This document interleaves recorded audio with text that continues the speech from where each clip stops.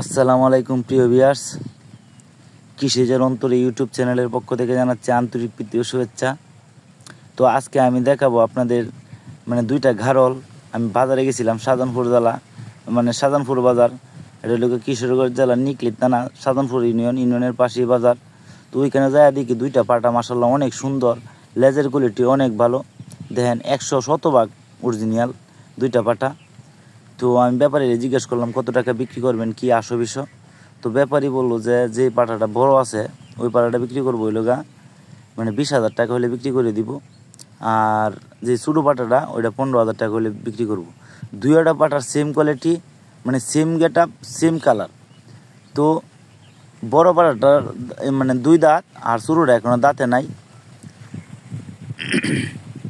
যদি কেউ চান তাহলে এখনো নিতে পারেন, দুইটা পাটা বিক্রি হয় নাই। আসলে এই পাটাগুলো যখন মেহেরপুরে থাকতো তাহলে দাম চাইতো, একটা বড় পাটাটার দাম চাইতে হইল 40,000 আর ছোটো পাটাটার দাম চাইতে হইল 25,000। তো আসলে এরকমভাবে বেড়ার সিন্ডিকেট করে মেহেরপুরের এদিকে লোকেরা গেছে। তো আমাদের এদিকে বেড়ার দাম শতগুণে কম, অনেক বেশি কম। অনেকেই বলে যে আপনাদের এদিকে বেড়ার দাম কম, অন্যদিকে বেড়ার দাম বেশি। আসলে অন্যদিকে বেড়ার যে ব্যবসায়ী যারা ব্যবসা করে বাজার থেকে কিনে বা খামার থেকে কিনে নিয়ে ওটা আস্তে আস্তে সিন্ডিকেট ভাবে ওই বাজারটারে অনেক বেশি করে ফেলছে। আসলে অন্য যে কোনো বাজারের চাইতে আমাদের বাজারে বেড়ার দাম কম, কিন্তু উঠে কম। বাজারে হয়তো আপনি অ্যাভেলেবেল পাইবেন না, কিন্তু উঠে কম, কিন্তু বেড়ার দাম অনেক কম।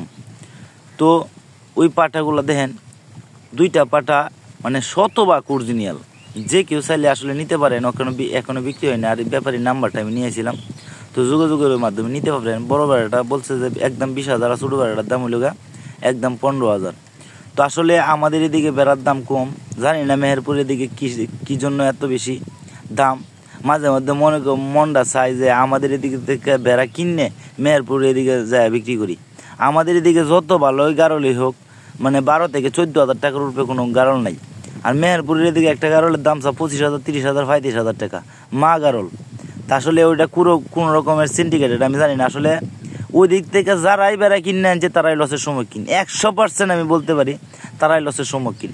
কারণ মেলা টাকা দিয়ে কিনে আনে, তারপরে ওরা চালান পাইব দূরের কথা, একটা বেড়া 7,000 টাকা করে বিক্রি করতে হয়। ওই জায়গা থেকে কিনে আনে যখন লালন পালন করে, তারপর 7,000 টাকা বিক্রি করতে হয়, কিনে আনে 27,000।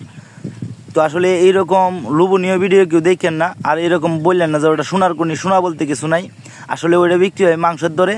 মাংস যেই রকম রেট আছে ওই রকম রেটেই আপনি পাইবেন। যেখান থেকে কিনেন জেনে বুঝে কিনেন। ধন্যবাদ।